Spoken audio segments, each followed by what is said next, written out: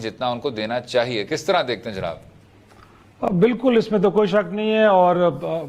ہمارے ایوانوں میں بھی اس بات کو ڈبیٹ کیا جا رہا ہے، اور پچھلے دنوں سینیٹ کے اجلاس کے اندر بھی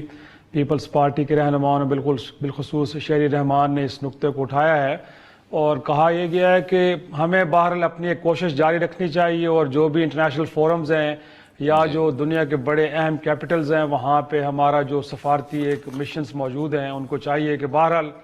کیونکہ دنیا تو تقسیم ہو چکی ہے، اس میں کوئی شک نہیں، اور وہ مفادات کی دنیا ہے.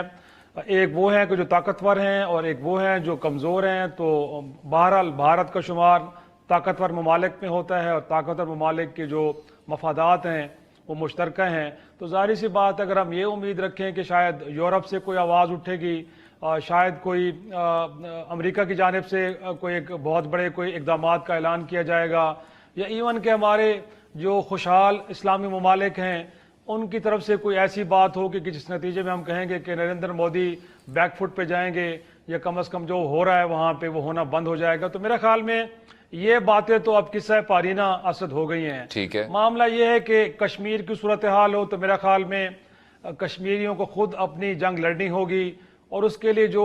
سفارتی ایک اور اخلاقی مدد ہو سکتی ہے یقینی طور پہ ہمیں وہی پالیسی اپنانی چاہیے، تاکہ ماضی میں جو ہم پہ الزام آتا رہا ہے کہ شاید ہم وہاں پہ ٹیررزم کو پروموٹ کر رہے ہیں، تو وہ چیزیں میرے خیال میں آگے چل کے ہمارے لیے کوئی مشکلات پیدا نہ کریں. تو وہ ایک پالیسی ہمیں اپنانی چاہیے جو کہ بہرحال ریاست پاکستان نے اپنائی ہوئی ہے. لیکن ہم جب بھارت کی بات کرتے ہیں،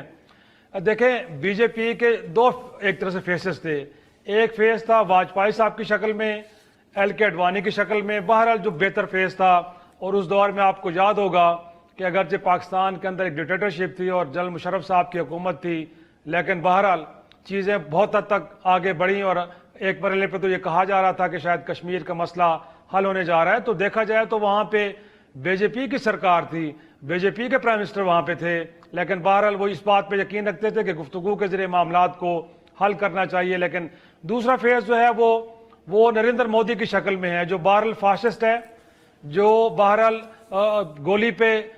ڈنڈے کے اوپر یقین رکھنے والا ہے، اور ان کا خیال یہ ہے کہ بس جو آپ نے سوچا ان کو کر گزریں، اور اس ریگارڈلیس اس کے نتائج کیا نکلتے ہیں، یا اس کے نتیجے میں خود بھارت کے اندر کتنا بڑا انتشار پھیلتا ہے. لیکن یہ بھی ایک بہرحال حقیقت ہے کہ ماضی کے اندر نہ صرف بی جے پی کی ہو یا کانگریس کی حکومت ہو، اس طرح کے حالات بن رہے ہیں اسد. تو میرے خیال میں آگے چل کے یہ اس طرح کی تحریکیں زور بھی پکڑ سکتی ہیں. خود کشمیر کے اندر دیکھیں آپ کہ نفرتوں کے جو بیج اس وقت بوئے جا رہے ہیں، تو اس کے بعد اگر آپ یہ سمجھتے ہیں کہ آپ اگر 370 کو ختم کر دیں گے یا 37 نئے لاز لے کے آئیں گے، وہاں پہ آپ مجبور کریں گے کہ وہاں کے جو ایک مسلم آبادی ہے اس کو آپ اقلیت میں تبدیل کر دیں گے، وہاں پہ ہندوؤں کو آباد کریں گے، وہاں پہ ان کو بزنس کے لیے پراپرٹیز کے لیے رائٹس دیں گے، اور آپ سمجھتے ہیں کہ وہاں اس مسئلے کو حل کر لیں گے. میں نہیں سمجھتا.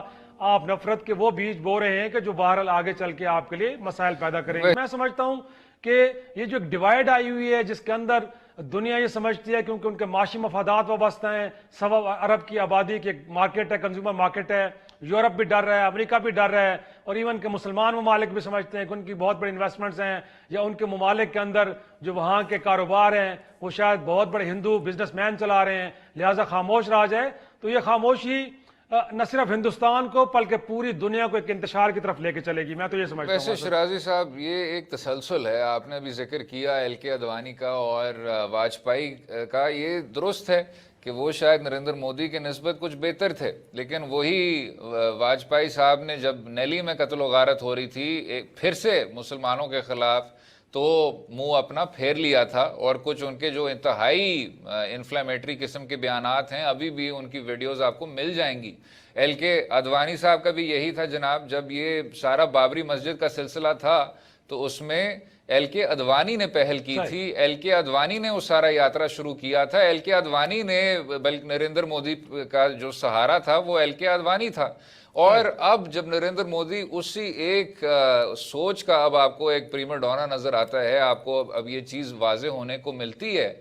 تو شیرازی صاحب اس سے زیادہ جو تشویشناک بات ہے وہ یہ ہے کہ 2014 میں وہ لوگ جن کا نہ تو واجپئی نہ ایل کے اڈوانی، ان لوگوں میں سے کسی کی بھی سوچ سے کوئی تعلق نہیں تھا، وہ نریندر مودی کے حق میں بات کرتے تھے. نیو یارک ٹائمز میں, واشنگٹن پوسٹ میں, بین الاقوامی پلیٹ فارمز پہ کہتے تھے کہ یہ گجرات ماڈل ہے. آپ چھوڑ دیں کہ کون سا فساد کیا ہوگا 2002 میں, یہ ہماری معیشت کے لیے اچھا ہوگا, یہ ہماری خارجہ پالیسی کے لیے اچھا ہوگا. آخر